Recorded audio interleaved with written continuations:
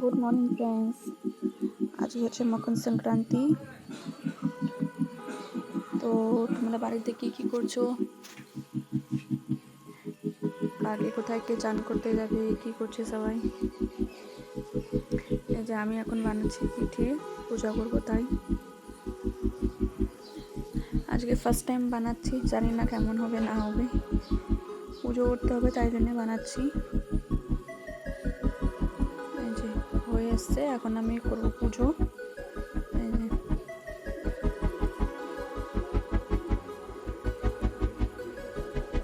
এই যে আমার ছোট্ট গোপাল সোনা, ভোগ দিয়ে দিয়েছি, আর এখানে গঙ্গা মায়ের নামেও দিয়ে দিয়েছি।